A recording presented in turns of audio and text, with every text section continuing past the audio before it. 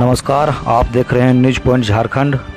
पारा शिक्षकों की समस्या को लेकर गिरिडीह जिला महासचिव सुखदेव हाजरा ने कहा है कि नौकरशाहों की निरंकुशता से बिहार मॉडल की नियमावली गुलामी की फाइलों में दम तोड़ रही है।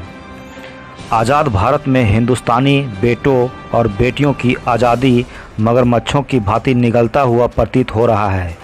आज 75 वर्ष की आज़ादी के गौरवशाली इतिहास में इस मुल्क के संतान परतंत्रता की बेड़ियों में जकड़ा अपने मौलिक अधिकारों की सिसकती हुई आवाज़ बुलंदियों की शिखर पर फिसलती हुई साबित हो रही है।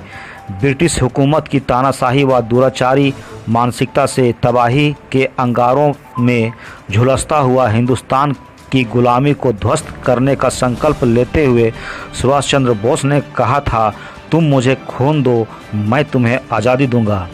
इसी बुलंदी आवाज़ के साथ भारत के यशस्वी वीर सपूतों ने अंग्रेजी हुकूमत के खिलाफ बगावत छेड़ दिया और वैसे निरंकुश शासन का पतन करते हुए भारत माँ को आज़ादी दिलाने का काम किया। आज देश के समृद्धशाली राज्य झारखंड में भी पारा शिक्षकों के साथ छल कपट, जायदाती शोषण व ब्रिटिश हुकूमत के तर्ज पर निरंकुशता का साम्राज्य स्थापित कर गुलामी की दहलीज पर खड़ा कर दिया है।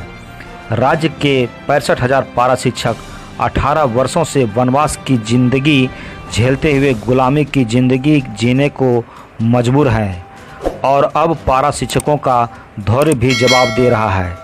तानाशाही मिजाज वाली दमनकारी नीतियों की डबल इंजन वाली सरकार का दफन पारा शिक्षकों ने कर दिया और एक लोकतांत्रिक सरकार का गठन भी पारा शिक्षकों के कड़ी मेहनत और पराक्रमी ताकतों के बदौलत हुआ। शिक्षा का रीढ़ कहलाने वाले झारखंड के मूलवासी पारा शिक्षकों की अस्मिता का दमन हो रहा है। हमें अपने मौलिक अधिकारों से भी वंचित किया जा रहा है।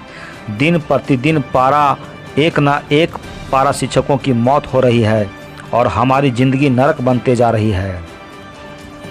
अब हमारी धौर्य शक्तियाँ भी जवाब दे रही है और हमारी सरकार तिथि पर तिथि अगले सप्ताह में नियमावली पारित होगी कि ढोंग रचते जा रही है। हमारी उम्मीद किस सरकार के चरणों में समर्पित हो कर स्वर्ग और खूबसूरती तोहफा स्वीकार करने को बाध्य करेगी।